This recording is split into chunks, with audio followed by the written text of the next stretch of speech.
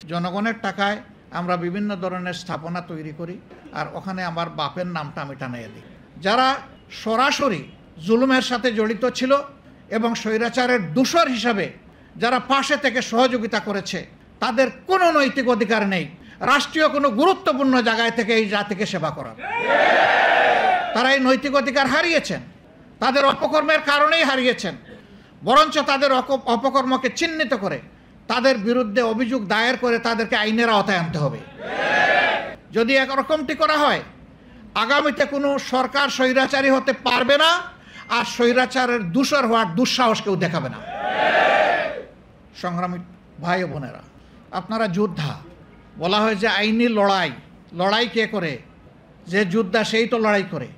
এই যুদ্ধের ব্যাপারে আল্লাহ তাআলার ফায়সালা কি? আউযু বিল্লাহি মিনাশ শাইতানির রাজিম। আল্লাহু ইয়া'মুরুকুম বিল আদলি ওয়াল ইহসান। আল্লাহ তাআলা হুকুম করছেন, নির্দেশ দিচ্ছেন, তোমরা যেন সমাজে ন্যায় বিচার এবং সম্প্রীতি স্থাপন করো। ন্যায় বিচারটা আগে এসেছে, ইহসানটা পরে এসেছে। ইহসান কারো দাবি নয়, কারো অধিকার নয়। ইহসান কাউকে অতিরিক্ত ভালোবাসা অথবা তার কল্যাণ কামনা করা, কিন্তু ন্যায় বিচার এটা আমার প্রাপ্য। এই যে গণহত্যা হয়ে গেল, এই গণহত্যাকারী যারা, এর মাস্টার মাইন্ড যারা, সুপ্রিম কমান্ড রেসপন্সিবিলিটি যাদের উপর পড়ে এবং যারা গণহত্যা সংগঠন করেছেন, পারপিট্রেটর হিসাবে তাদের সকলকে আইনের আওতায় আনতে হবে। আমরা আইন হাতে তুলে নেওয়ার পক্ষে নই। প্রতিহিংসার রাজনীতি আমরা চাই না, প্রতিশোধের রাজনীতিও আমরা চাই না, কিন্তু অন্যায়ের প্রতিকার আমরা চাই। সমাজে ন্যায় বিচার প্রতিষ্ঠিত হোক, তা আমরা চাই। এরা যদি রক্ষা পেয়ে যায়, তাহলে আগামীতে এই রাস্তা খোলা থাকবে। আর কিছুদিন পরপরই এইরকম গণ অভ্যুত্থানের প্রয়োজন হবে। আমরা আল্লাহর কাছে দোয়া করি এটি যেন বাংলাদেশের জনগণের জন্য শেষ গণ অভ্যুত্থান হয়, আর যেন এত রক্ত ঢেলে দেওয়ার প্রয়োজন না হয়। সংগ্রামী ভাই বোনেরা, এখানে সাংবাদিক সমাজ আছে, তারাও নির্যাতিত হয়েছেন, দেশে হয়েছেন, বিদেশে হয়েছেন। বিদেশেও সন্ত্রাসী গুন্ডা লেলিয়ে দেওয়া হয়েছে। আমি স্বচক্ষে একবার এটা প্রত্যক্ষ করার সুযোগ আমার হয়েছিল। আমি ইংল্যান্ড থেকে ফিরবো হিথ্রো এয়ারপোর্টে, দুইজন মানুষ ছায়ার মতো আমার সামনে যায় একবার, পিছনে যায় একবার, ডাইনে একবার, বায়ে একবার। আমি ডাকলাম, ডাকিয়া বললাম যে আর ইউ বাংলাদেশি? বলে ইয়েস। Are you Angel? এখন থেকে হা করে আমার দিকে তাকায়। আমি বললাম আপনারা কি ফিরিস্তা? কেন এটা বলছেন? আমি বললাম তো আল্লাহ তো ফিরিস্তা লাগাই রাখছেন দুইজন, তা আপনারা কারা? একবার ডাইনে দেখি, একবার বামে দেখি, একবার সামনে দেখি, একবার পিছনে দেখি, আপনারা কারা? কিছু বলে না। আমি বললাম আপনারা কি বাংলাদেশ মিশনে এখানে আসেন? কয় জি। তো আমি বললাম যে আপনাদেরকে তাইলে আমার পিছনে লাগিয়ে দেওয়া হয়েছে নাকি? কিছু বলে না। আমি বললাম যে দেখেন, আপনাদের এই ঘোরাঘুরি আমার অপছন্দ এবং এটা অভদ্রতা। আমাকে ছেড়ে দেন, আমার পাশে ঘুরবেন না, যা পারেন ইচ্ছা করেন।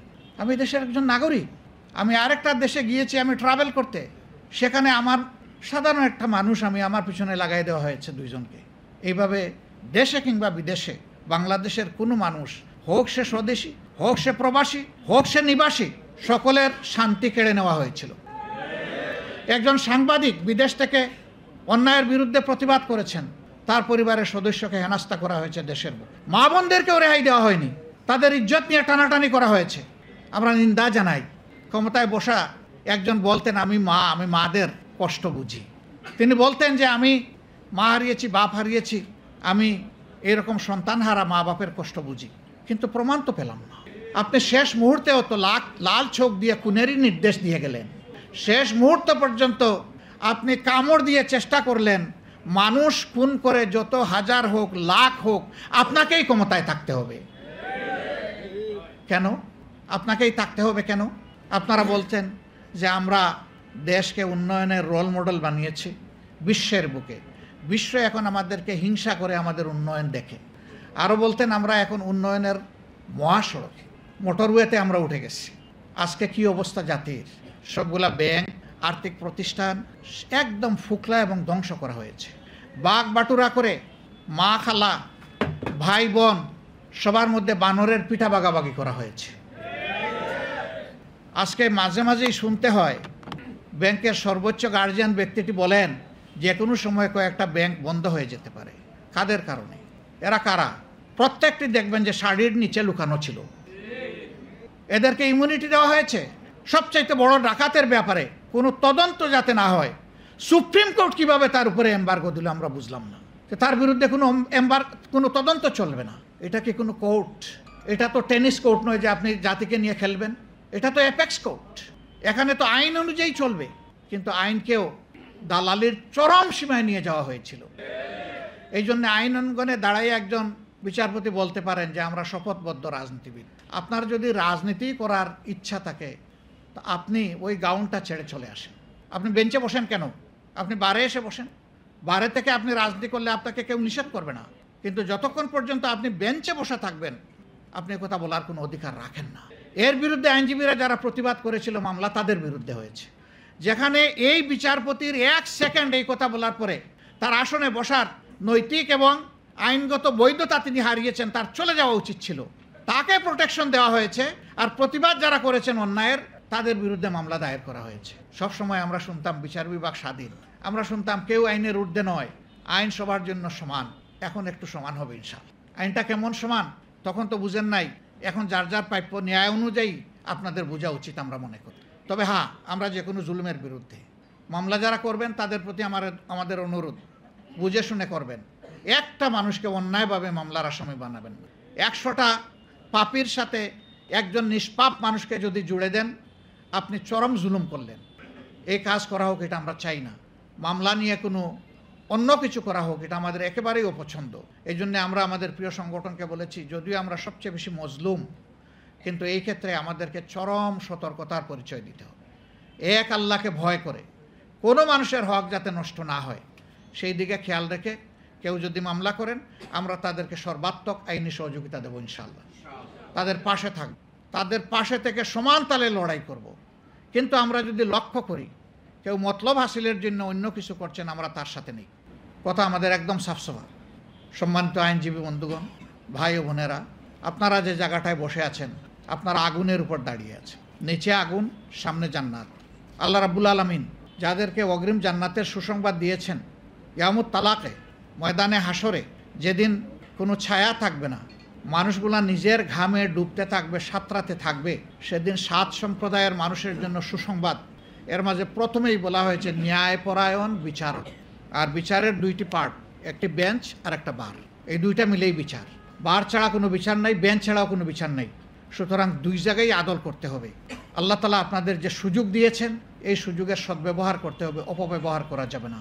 দুনিয়ার কোনো লোভে, অর্থের লোভে, পদের লোভে, পদের গরমে, অর্থের গরমে কাউকে হ্যারাস করা যাবে না। নৈতিক এই মানদণ্ড অবশ্যই বহাল রাখতে হবে। বিশেষ করে বাংলাদেশ জামাতে ইসলামীকে যারা ভালোবাসেন, যারা সমর্থন করেন, এই সংগঠনের সাথে মিশে যারা কাজ করেন, তাদের কাছে আমাদের আন্তরিক অনুরোধ যে এই বিষয়ে আপনারা সত্যের উপর অবিচল থাকবেন এবং সত্য থেকে এক চুল পরিমাণ আপনারা নড়বেন না। তাহলে ইনশাআল্লাহ আপনারা সত্যকে আদালতে প্রতিষ্ঠিত করতে পারবেন এবং আদালত আদলের উপরে প্রতিষ্ঠিত হবে ইনশাআল্লাহ।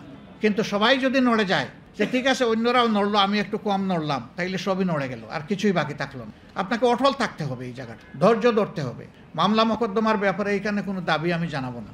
দাবি জানাতে হবে কেন?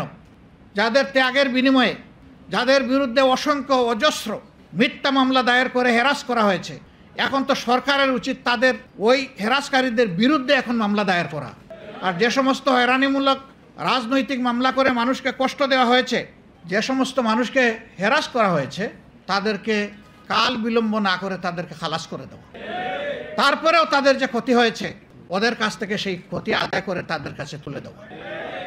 সম্মানিত ভাই বোনেরা, এই সরকারের কাছে অনেক প্রত্যাশা মানুষের, কিন্তু সব প্রত্যাশা যদি অনির্বাচিত একটা অন্তর্বর্তীকালীন সরকারই পূরণ করে দেয়, তাইলে নির্বাচিত সরকারের দরকারটা কি?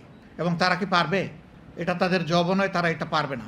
এই জন্যে রাজনৈতিক দলগুলোর মধ্য থেকে দাবি উঠেছে যে নির্বাচনের রোডম্যাপ দিতে হবে। আমরা বলছি একটা রোডম্যাপে হবে না, 2টা রোডম্যাপ দিন। প্রথম রোডম্যাপটি হবে সংস্কারের। কি কি বিষয়ে সংস্কারের কাজ উনারা করবেন এবং তার টাইম লাইনটা কী হবে, সময়সীমা কী হবে, এটা হবে একটা রোডম্যাপ। এটা যদি সফল হয় তাহলে দ্বিতীয় রোডম্যাপটাও সফল হবে। প্রথমটা যদি সফল না হয় দ্বিতীয়টার কোনো প্রয়োজনই নেই, ওটা দিয়ে কিছুই হবে না।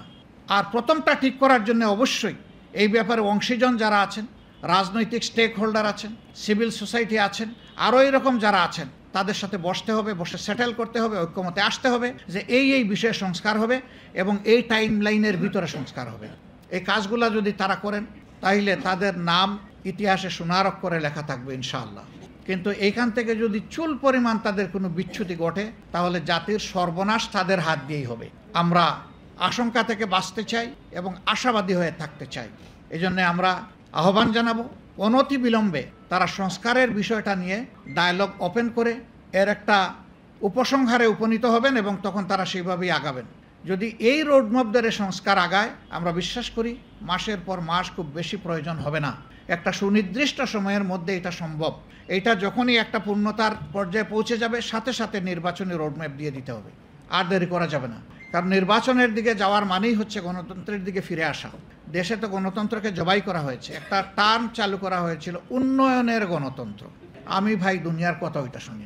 গণতন্ত্রই, উন্নয়ন রাষ্ট্রের দায়িত্ব, এটা কোনো দয়া নয়। নাগরিকদের ট্যাক্সের টাকায় এবং দেশের প্রয়োজনে ঋণ করা টাকায় দুইটাকে সমন্বিত করে জনগণ তার কাঙ্ক্ষিত উন্নয়ন পাবে, এটা জনগণের অধিকার আর এটা সরকারের দায়িত্ব। আমাদের একটা ব্যাড কালচার আছে, জনগণের টাকায় আমরা বিভিন্ন ধরনের স্থাপনা তৈরি করি আর ওখানে আমার বাপের নামটা আমি টানাইয়া দিই।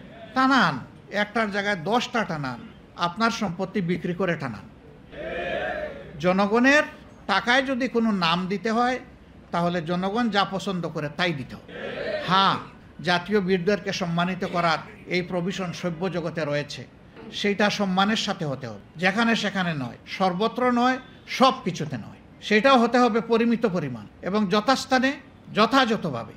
আর পালা বদলের সাথে সাথে নাম বদলের এই কালচার, এটাও কোনো ভালো লক্ষণ না। এমন নাম আমি কেন দেব যে নাম পালা বদল হলেই নাম বদল হয়ে যায়?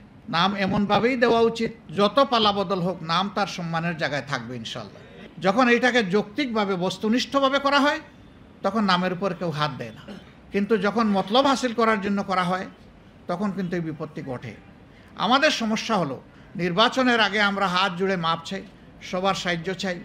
অমুক ভাইয়ের চরিত্র একেবারে গোলাপ ফুলের মতো পবিত্র, সাদা গোলাপ, লাল গোলাপ, সবগুলো। কিন্তু যখনই তিনি জনগণের ম্যান্ডেটটা নিয়ে নিলেন তখন আর তিনি সেবক হলেন না। আবার অনেকে স্লোগানও দেয়, রাজনীতি আমার উত্তম সেবা, সেবাই আমার রাজনীতি, সেবাই আমার ধর্ম। অনেক সুন্দর সুন্দর স্লোগান দেয়, কিন্তু যখনই গেলেন তখনই তিনি আর সেবক থাকেন না, তখন তিনি মালিক হয়ে যান। আর আমরা বেচারারা সবাই হয়ে যাই তাদের প্রজা। প্রজারও একটা মর্যাদা থাকে, ওইটাও পাই না। আধুনিক দাসে তারা আমাদেরকে পরিণত করার চেষ্টা করেন। এই দাসত্বের শৃঙ্খল ভাঙতে হবে। বিগত এই বৈষম্য বিরোধী আন্দোলনে ছাত্র যুবকরা নেতৃত্বের পুরোভাগে ছিল, কিন্তু গোটা জাতি তাদের সাথে ছিল। একজন মা তিনি বলেছেন, কারো দাস হয়ে দেশে বাঁচতে চাই না। আরেকজন মা কুলে 1.5 মাসের শিশু নিয়ে এসেছেন। সাংবাদিক বন্ধু প্রশ্ন করেছে, মা এ কি করলেন আপনি? 1.5 মাসের কচি শিশুকে কুলে নিয়ে এই রাস্তায় নেমে এসেছেন গুলির মুখে।